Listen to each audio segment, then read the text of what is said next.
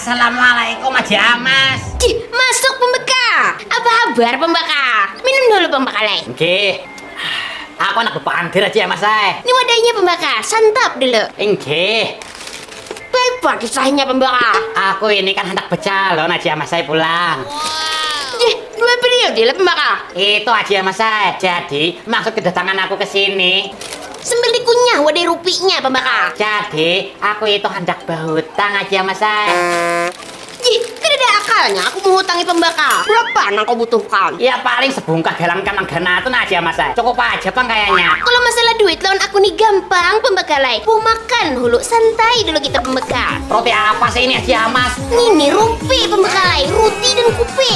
Rupi ini sudah sertifikat halal. Buka mulai jam 8 sampai jam 22. Sudah lebih dari 80 outlet di seluruh dunia. Makanya rame banget. Tadi pas aku ke sekumpul, ada di seberang arah udah kutukar aja jual sebakul. Sekalinya nyaman bener. Berapa harganya Haji Amas? Pina nyaman. Murah aja pembakalai 9.000 wara. Ada juga kopi happy 8.000 wara. Es teh enaknya 6.000. Murah banget. Haji Amas ini memang top chair. Oke, makan wadahnya lah. Kok wadahnya habis Haji Amas? Hanyut sekalinya. Karena rasaan sebakul rotinya habis. Kamu nyandak menghabiskan sorangan juga. Kado jadi sorong-sorong Haji Amas saya.